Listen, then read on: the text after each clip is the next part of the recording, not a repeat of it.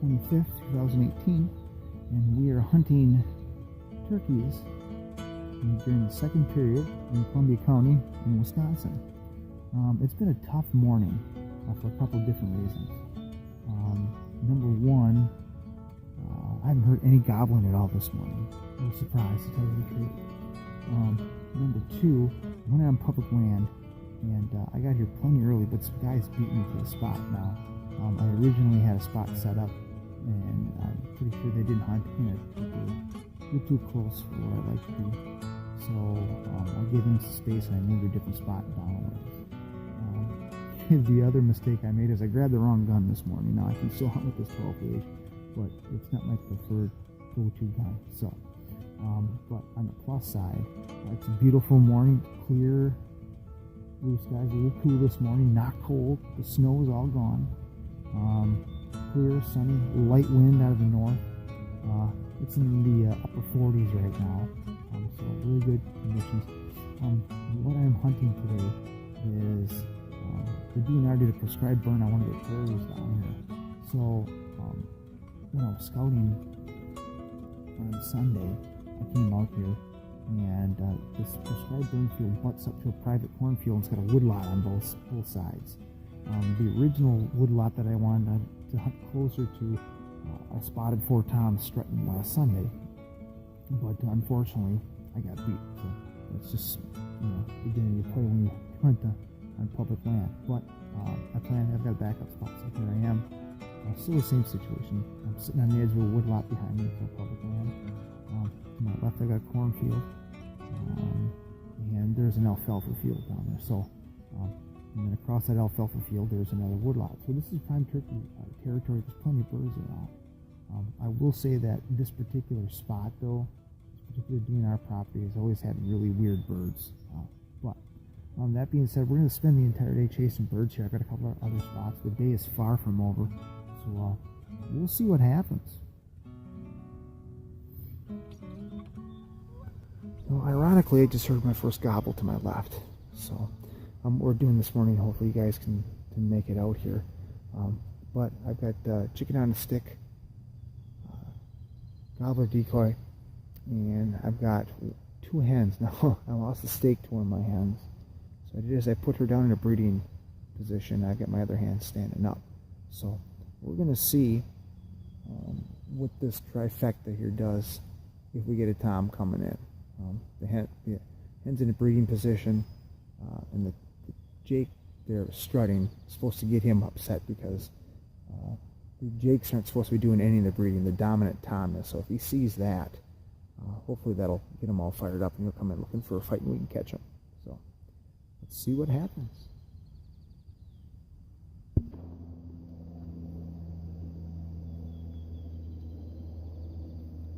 This lady here snuck right up on me. She's walking through, making her ways down. I got some gobbling going on behind me, so hopefully we get a bird walking through. Oh yeah, there he is. He's coming.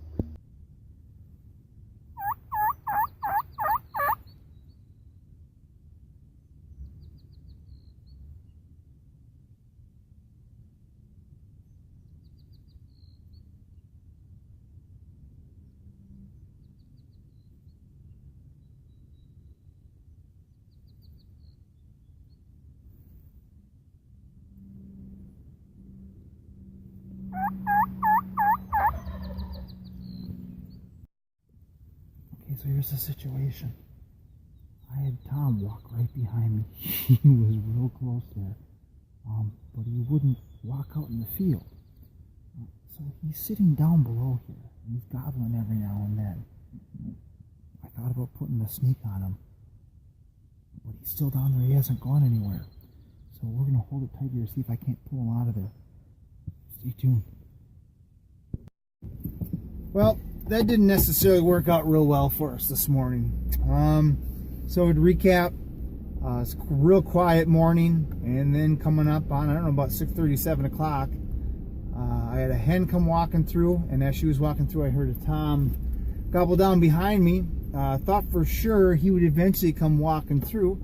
That was not the case, but he got real close. Bumps. He got real close. And at that point, he never came out of the woods, and walked his way down. I thought about maybe going after him, but decided to be patient, thinking he might come back through, and that was not the case. About maybe half an hour after he had stopped gobbling or gone away, I went for a walk in the back and found out that there's a small pasture behind me about maybe 40 yards. So I'm pretty sure that's where he was. He may have had a hen with him, and life was good for him, and he had no interest in coming over to meet my lady friends and their would-be boyfriend. So what we're going to do now, quick run back home, coffee up, quick grab a snack, grab some lunch to bring out there, and we're going to hunt for the rest of the day. You know, a lot of guys are real fixated on, you know, you hunt birds in the morning and that's it. And that's not true in my experience. I've had birds, especially early in the season like this, pretty active throughout the day. So I've got a couple other spots that we're going to get after today. We'll probably come back here this afternoon, get back in that pasture, and we'll see what happens. So, hey, anything can happen now, man. All right, so it's about maybe 10:30, quarter to 11. We're going to do a late morning, early afternoon hunt here at a particular spot.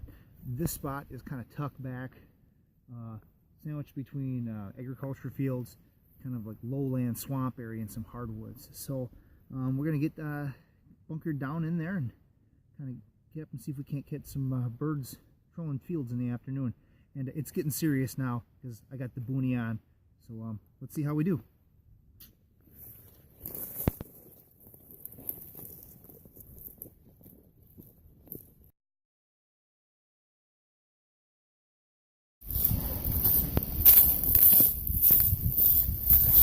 Well, guys,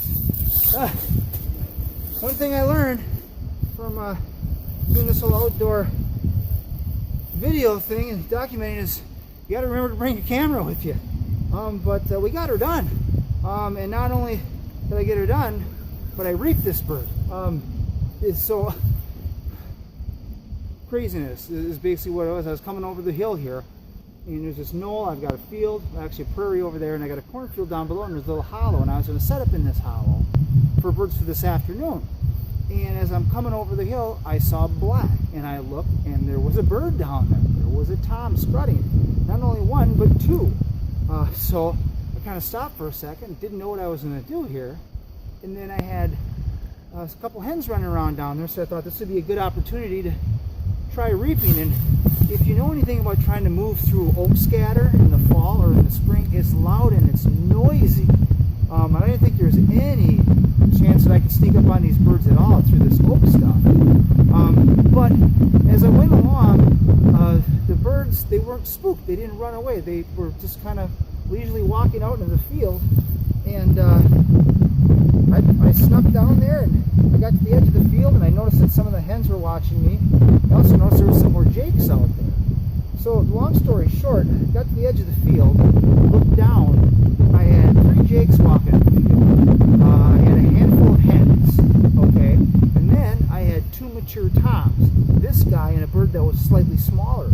And I just got the chicken on the stick up in front of me, and while they were aware of me, they weren't necessarily scared. Maybe concerned, but not scared. And I actually at one point had a hen between me and these guys, and that hen wasn't probably more than about, I don't know, yeah, probably about 8 to 10 yards away.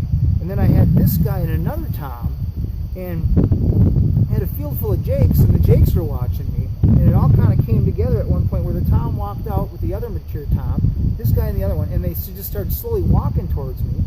And then I got so close at one point, I'm like, okay, now I got to make sure that I don't spook the hens. It turned out there were 2 hens, one that was laying down, another one that was dusting. But these guys got close. A hen walked out, and they were in the same area. So if I would have took a shot at one bird, I probably would have hit the other 2. Go figure, right? So at one point then, the jakes took off running past me across the field, and I thought, oh, what's going on here? But these 2 birds down below, the 2 toms and the hen didn't seem too concerned. They were too busy watching me. finally the hen walked out of the way, and the smaller tom kind of moved out a little bit, and I thought I was close enough. Obviously I was. Took a shot. Boom, down he went. Nothing. Turns out that there was a guy coming out to scoop for deer. But it all came together. It wasn't exactly how I thought it was going to be, but hey man, if you ever have a chance to reap a bird, I'm going to tell you this, you better be in good shape. I spent a lot of time in the gym, and halfway through this whole thing, I was saying to myself, wow, this is a lot of work. I'm not sure if I want to do this again. But I picked up a Primo's chicken on a stick the other day, and just got that out in front of me, and I was just amazed at how non-concerned the birds were. So, I mean, maybe I'm a little late jumping on the scoot and shoot craze, but hey, it works, man. So, and this bird's got some hooks on it, so once we get back to the truck, we'll take a look at the hooks. I'm hanging it from a tree. I was doing that earlier, but let's get this puppy back to the truck and let's take some measurements. All right? Wow, bird. Boy, guys, that was a hell of a hunting. It didn't necessarily go like we wanted to, but we filled our tag. You know, killing toms are not the easiest thing in the world, especially mature birds like this. But you know, we showed up late morning, and going back to get into my spot there, and the birds were already there. So kind of thrust into a situation where, you know, what are we going to do? And use a chicken on a stick. And tell you what, it wasn't easy. You know, crawling through about 60 yards of oak scatter that's noisy as hell, and then getting out in that field and crawling another 80 to get within 25 yards of birds, try and get a shot at him. Oof, it's a lot of work, but definitely was worth it. I mean, he's a big bird. He was the boss tom. Look at the hooks on this thing. I was hanging it from a tree before. That is definitely a wall hanger for sure. I don't know if you guys can see the hooks here. I'm thinking it's about at least 1.25 inches. And that beard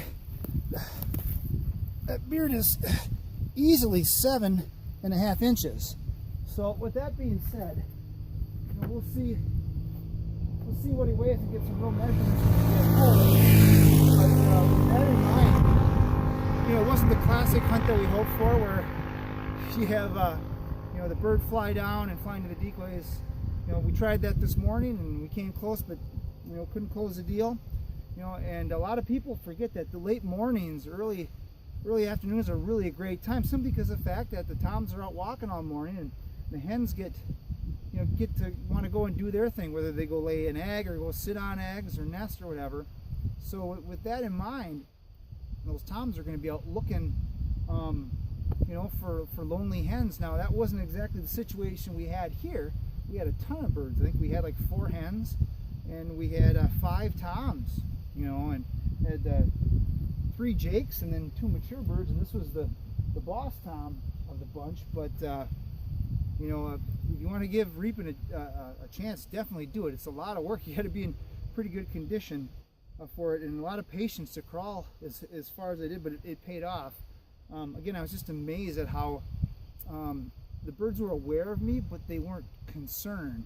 So so that ends you know, season 2 in Wisconsin, here in Columbia County. I've got a tag for the 3rd period. That's next week, Wednesday. So hopefully we can get a kill on film for you guys. I apologize for that. Wow, it's a beautiful day. You know, it's sometimes you gotta work a little harder to get the birds, and it's definitely worth it. So with that in mind, we'll see you guys next week. Maybe we'll get on the river and do some fishing this weekend. I don't know. Until then, take care.